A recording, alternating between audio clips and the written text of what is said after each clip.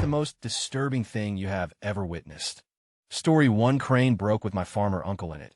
He cartwheeled through 40 the air and landed on his broken hip, broken back, broken arm, brain bleed, blood pouring out his face, unresponsive, gasping for air. I was positive that I was watching die while trying to make the call to 911. Guy threaded the needle with where and how he landed. Made a 95 recovery at 75 years old. Just has a slight limp.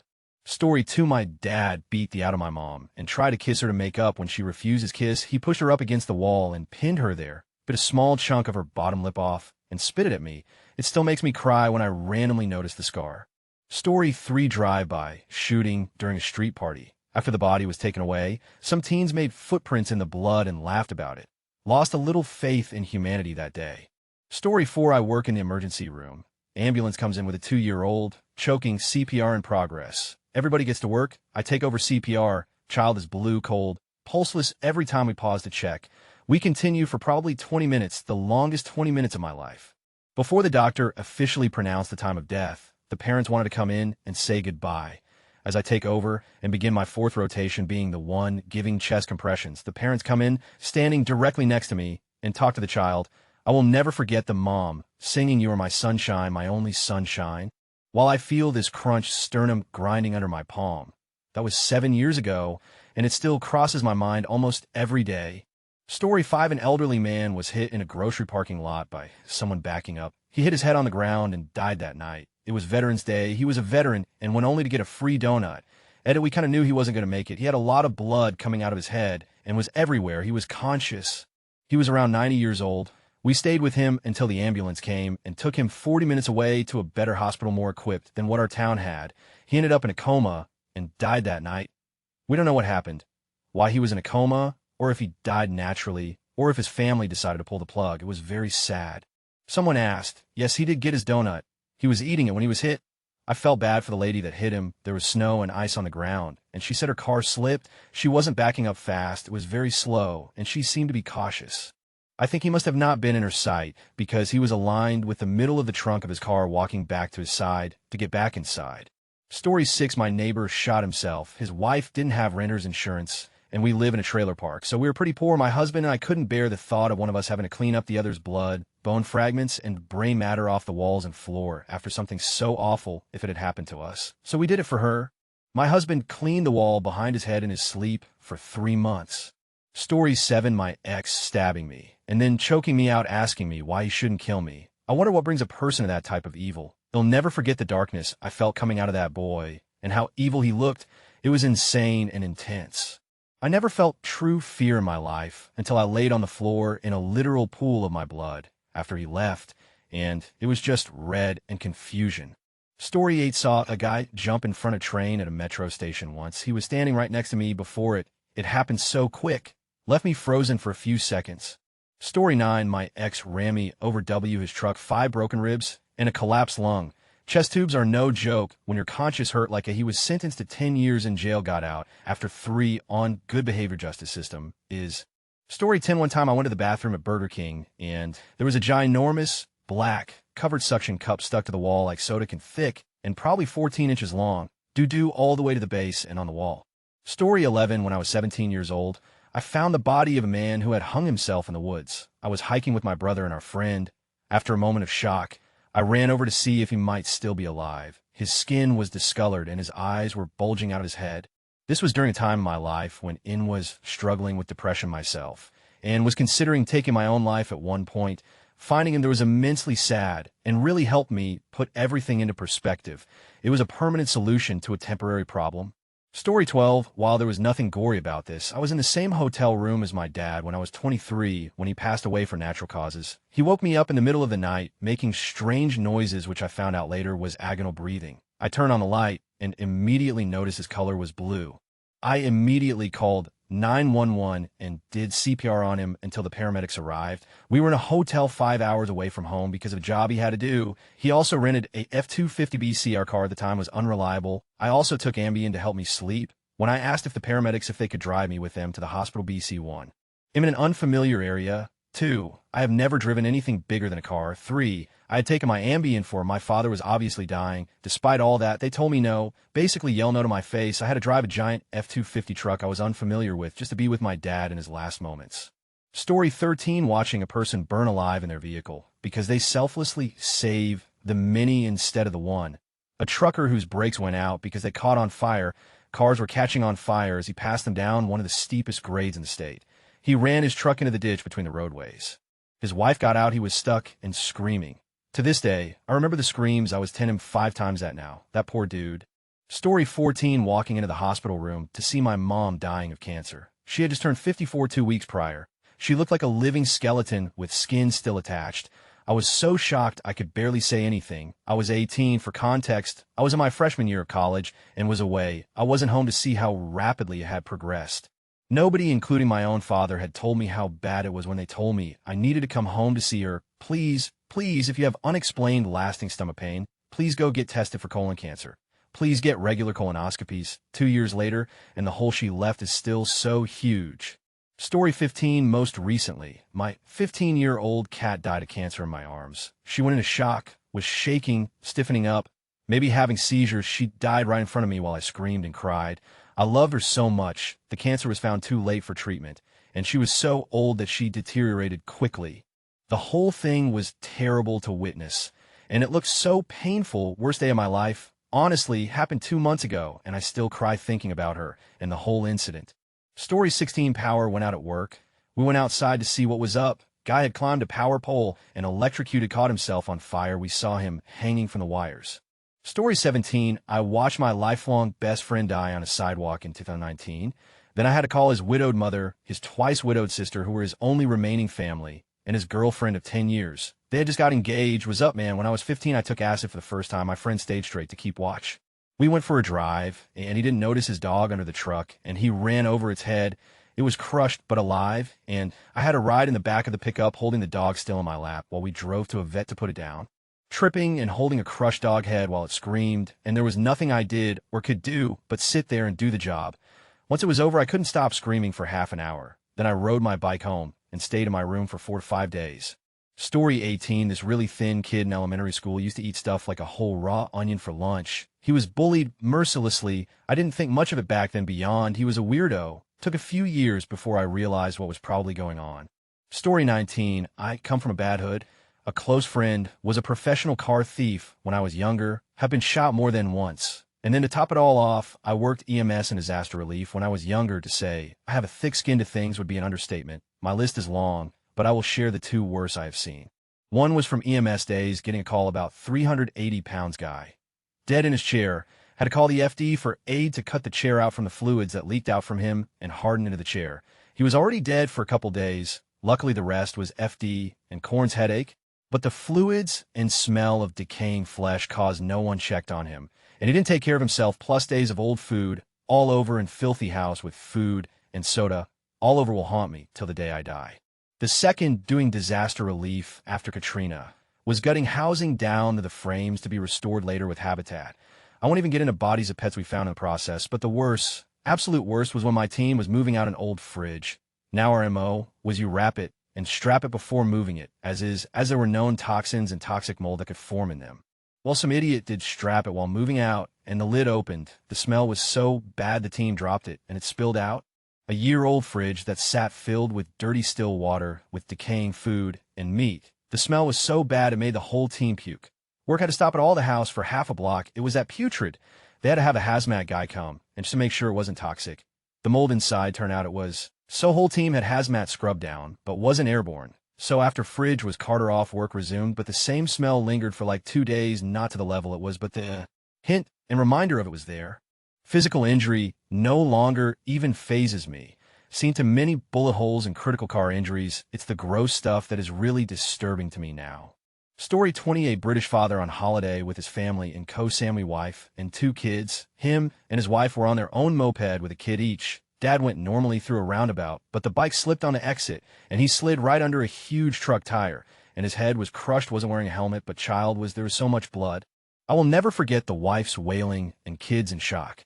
Story 21. Watched a car explode in flames. Drunk driver rear-ended a car on the shoulder of the highway beneath an overpass. Pulled over, guys screaming, "No, no, no," while another dude films. Rear of the car is engulfed.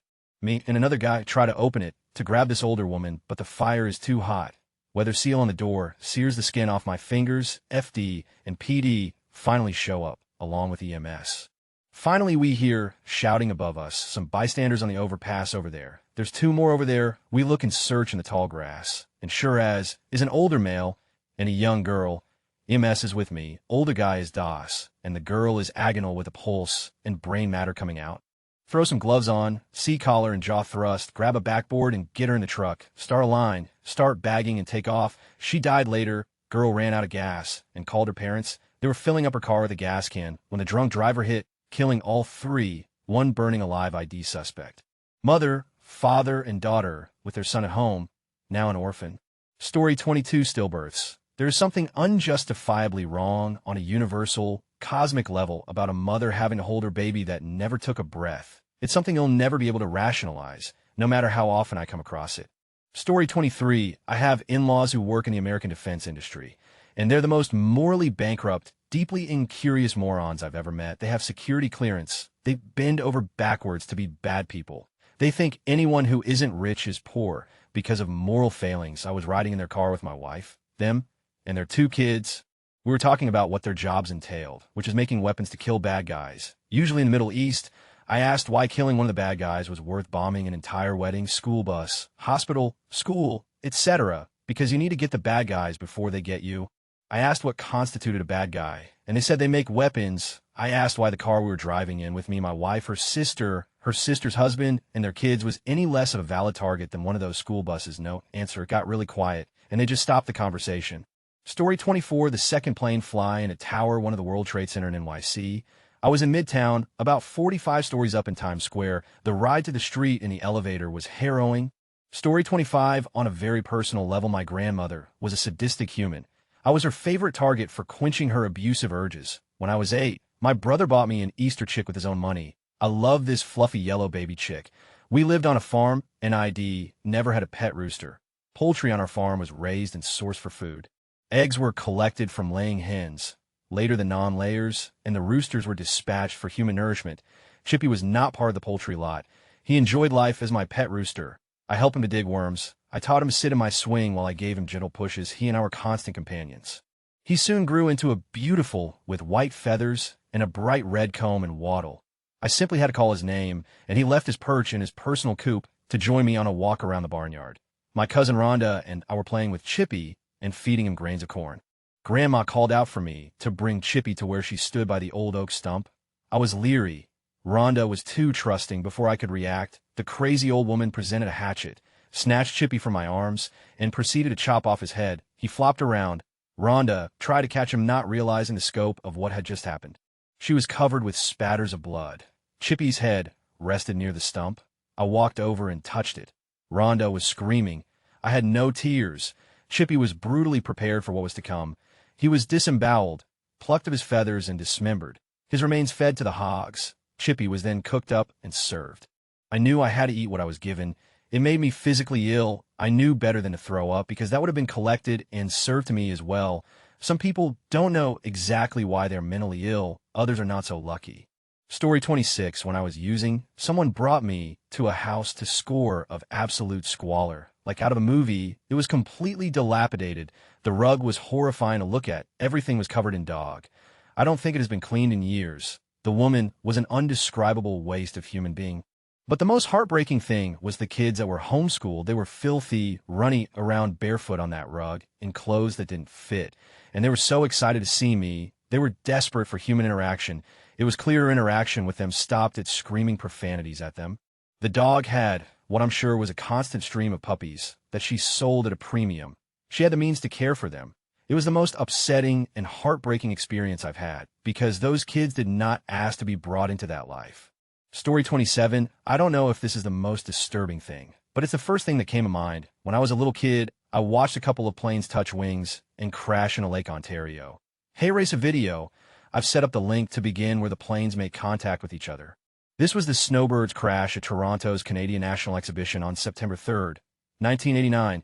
Think of it like an enormous state fair that ends with a weekend-long air show, and the snowbirds are Canada's aerial acrobatics team like the U.S. Navy's Blue Angels. Anyway, I was just a little kid on my swing set in the backyard. I once swear I saw the wingtips touch. I remember it, but memory plays funny tricks. I am 100% sure I saw a plane catch fire and a pilot eject and deploy his parachute as his plane plunged into the water. I ran into the house to tell my mother what I'd seen, and she thought it was just one of those things an imaginative little boy dreams up until she saw it on the news that night. I'm sure I've seen worse things in my life, but two planes crashing where one pilot clearly got out and the other didn't, basically having someone die in front of me as a little kid, is a pretty big deal. Story 28, I live in the city and witnessed a traffic accident literally right in front of my nose while waiting at the crossover. A motorcycle, which was speeding way too fast, not wearing proper gear, just jeans and a t-shirt. He already came in hot when their light just went green, so all the other cars were just starting to accelerate when he passed them illegally at pretty high speed. Just as their light went on green, a jogger tried to quickly cross the street. The motorcycle braked hard but still hit the jogger, which literally flew like 15 feet further. The motorcyclist somehow still managed to drive away on his crash bike. I will never forget the joggers screaming. Story 29, best friend shot himself in the head, but didn't die immediately. Seeing someone with a self-inflicted gunshot to the head being kept alive by machines, and then having the breathing tube removed to slowly die. The only reason I bring this up is to possibly make someone considering suicide to think twice and get help. Story 30 saw a dude who had been stabbed in the tummy asking for a police officer to save his life while bleeding out. Didn't like that. In the States also saw a fire that consumed a house with a family in it due to a drone strike here in Ukraine. Never saw something burn so hard and bright in the night. Story 31, I worked as a volunteer with children suffering from cancer in a hospital for several years. I was really close to one of the girls, and she was sent to the ICU. I went to visit her that afternoon, and she had just died a few minutes before I arrived. When I entered the room in the ICU, she was laying on the bed. Her skin was gray. I still can remember the smell. It was a sweet and rotten smell from her body rapidly decaying due to her illness. Also, I worked many years as a school teacher, and one of my kids died from a bacterial infection. Seeing him in the cascade was pretty bad as well. Story 32, walked in and discovered my dead father about 5 years back. He was on the ground and reality hadn't sunken in until about 10 seconds after repeatedly calling his name asking if he was okay. I'm all right now. A lot of change has happened since then. Story 33, the white husky. I was in my car, coming home from college. My sister was in the car in front of me. She was helping me move. We were on the highway doing 70. In front of her was a semi. It was pretty dense of a highway. Lots of traffic. The white husky sprang from the side of the median from a tall swath of grass. It ran in front of the semi, so happy and carefree. We know the semi couldn't slam on its brakes. Story 34, I saw an older gentleman that was hit by a car on a highway. I didn't see the moment of impact, but I saw him lying on the ground while first responders were being called. It was really weird. I felt my brain rewriting what I was seeing as I saw it, if that makes sense. Like, I remember seeing his body on the ground and then immediately thinking his body doesn't look right, but then less than a minute later, I couldn't even remember what his body looked like. I could only remember the top of his head. I know it's not uncommon for the brain to try to protect you from traumatic events, but I didn't realize it could happen that quickly. If it wasn't for the incident being on the news that night, I would almost believe I imagined the entire thing. Story 35, my best friend in 6th grade met me halfway on the night before a snow day off from school. We knew his sister was picking up her older, hot friends, so we found a small hill to jump on the roof when they slowed down for the downhill. They slowed down, we jumped on, the car kept going and she hit the brakes. The car kept going and running my best friend over, killing him instantly, so yeah, that was pretty bad. Story 36, my 9-month-old daughter seizing in my arms. I was a new mom and had never experienced anything like that before. It was a febrile seizure and she was fine, super high fever, but OMG, I was horrified. Story 37, I saw a motorcyclist T-boned by a woman who was texting clear through a red light at the intersection. It took the man's leg clean off at the thigh. I was a first responder, and we used a belt to try to stop the bleeding artery before the ambulance arrived. It messed me up mentally for a while. Story 38 saw a guy after he got hit by a car, going probably 75 miles per hour. The driver was just getting out to see what he hit with such a confused look on his face. The guy he hit was in pieces. Took me a few seconds to realize what I had just seen. Story 39, I woke up all of a sudden in the middle of the night with extremely loud bangs and glass shattering. I was frightened to death and thought I was going to die. It felt like a bed dream I couldn't escape. After 30 seconds, or something which felt like an eternity, the peace returned. My now ex-boyfriend checked it out and said it was safe to go downstairs, and we called 911. Turned out my ex-boyfriend is a drug dealer. Glad it wasn't any worse. Story 40 turned and saw a young boy seconds after he had been run over while standing on the curb to cross the street. A box truck took the right, turned too sharp, and hopped the curb and hit him. The kid just happened to be the brother of one of my little sister's friends. Absolutely horrible. Story 41, I saw a man get struck by lightning about 75 feet away from me when I was 16. I had spoken to him maybe 30 seconds prior to the strike. Not as gory as some of the other stories posted here, but frightening as because of the random nature of it all. Story 42, I have a few. When I was 20 or so, a woman on a bicycle was hit and dragged by a semi for over 100 feet in front of my house. I luckily didn't see it happen, but I saw an enormous amount of blood in the street. I can't even describe it. It was the equivalent to almost an inch of standing water in the gutters by the curbs in some places. It was coagulating and gelatinous and didn't look real. Once a guy was running from some guys in a car who were shooting at him. The houses in Oakland are really close together in some places, but the areas between are usually fenced off. This man jumped a fence, scurried between houses, got shot, then got stuck in the fence as he bled out and screamed. The shots were so close, and we were so close to the window that we dropped to the floor. The guy fleeing was yelling for everyone in the surrounding houses to get down so they wouldn't get shot. After he was hit, he screamed in agony, and waiting for the paramedics felt like an eternity. I was working at a cafe, hosting a movie night, when a drink driver plowed into a line of cars outside, crushing two and hitting two. His car was totaled, and in the adrenaline rush my friends and I pulled him out. He was wasted, bleeding heavily from the head, and mostly incoherent. He was semi-conscious, but making no sense. At first, he uselessly struggled against us to get away from the cops, but his body couldn't do it. I wet a bunch of towels and applied pressure to his head wound until the paramedics arrived. He was groaning in pain and weirdly kept taking out his pants, probably because he had to pee. He was groaning with guttural pain like an animal. I saw my 73-year-old dad go into cardiac arrest from sepsis. Had been weak and shaky that morning, but didn't have a fever. I did all I could to keep him warm and get him to eat and drink tea. He started to get super shaky and was acting super out of it. So I finally called an ambulance. When they tried to put him in a stair chair to get him down the steep staircase, he started to struggle and had what looked like a seizure. They had to stabilize him on the living room floor and had to call in the real medics. After an agonizing amount of time, they finally got his heart started again, but his pulse was arrhythmic and weak. His skin was an ashen palette of grays, ivory and blue. The paramedics with graven faces told me he probably wouldn't live. Seeing his white and blue bare feet as they loaded him into the ambulance is an image that will never leave me. I tried to give them his phone, shoes, and glasses, but they flat out told me he wouldn't need them. I have more, but it'll stop trauma dumping on you fine folks. Story 43, watching a woman jump from a bridge. Didn't see the impact, thankfully, but watched her climb over the rail disappear. Saw her on the roadway below, though. Story 44 last, May 2024, I came upon a fatal hit and run while walking my dog right near our apartment in Seattle. Two men had just gotten there also. The young man was only 35, tripped while walking home with his dog, and fell into the street only to be hit by a car that just kept going. I've worked in healthcare for 25 years, and I've seen many people die, ODs, etc. This was so traumatizing that I had to call 988 because I couldn't calm down. I also walked around for a week with pics from the market. He had just left until finally finding which apartment building he lived in. He died like 50 feet from his apartment entrance.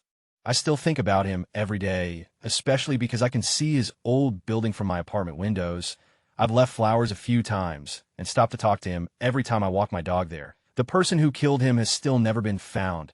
Story 45, my mother inches from suicide while her husband destroyed the rest of the house. She was sitting on the bathroom toilet, crying, praying, with a razor blade an inch from her wrist. I was 7. She divorced him shortly after this. He wonders why I don't want him around my daughter now that I'm an adult. Story 46, I was in Iraq during the beginning of the war. Lots of sights to see over there, but maybe one of the worst things I saw was in Acapulco, where I saw children being sold into slavery. That bothered and I never got over it. Story 47, I was walking home from work one afternoon, a few houses down from mine. I saw my mother-in-law standing in the street, acting weird. It was a cul-de-sac her very close friend lived down past us. She was in the street in front of her driveway. When I got closer, she saw me motion me to go to her. So I approach her, she babbling, crying. Then she points to her friend's car. I look in the window, her friend is in the passenger side with all the windows up. Everything closed, it's dead of summer. Car is directly in the sun. I open the door, her friend is dead. I had to pull her out, which was hard to do because she was already stiff dead weight. I pulled her out onto the driveway, gave her CPR. That's another very hard thing to do since in my mind, she's a dead body. But I had to do it. I couldn't just not, so I did CPR till the paramedics showed up. It was already too late, though. Her skin wasn't even wet from sweating. She was dry hot, stiff before that. I've never seen someone dead in person. It was very sad, but touching her was all I could describe as would be uncomfortable. I shook the entire time, but I couldn't just stand there do nothing without trying to help her. She must have been in there for most of the day because nobody had seen her since early that morning. Story 48, I remember when I was a kid being outside at recess, and all of a sudden, clothes were falling from the sky. The teachers rushed us inside, and we had to stay at school until late at night. Turns out 2 planes had collided, and not only were there big pieces that had crashed into houses and were scattered throughout the neighborhood, but body parts. The news was all over it for days, and I was scared to go outside out of fear of seeing someone in pieces. I was probably 5 or 6. Story 49, the look in my godbrother's eyes, just before his comatose infant daughter was taken to surgery for a liver transplant. It had already been a long, horrifying road, and it was distinctly possible that we were going to lose her. He was holding it all in for the sake of his amazing wife, whom I also adore, but he looked me full in the eyes and let me see his abject despair. She's 15 now and doing amazing, but I will never forget his agony. Story 50, when I was a kid, I saw one of my own pet rabbits get torn to shreds by someone else's dog. I never even knew rabbits could make noises until that day.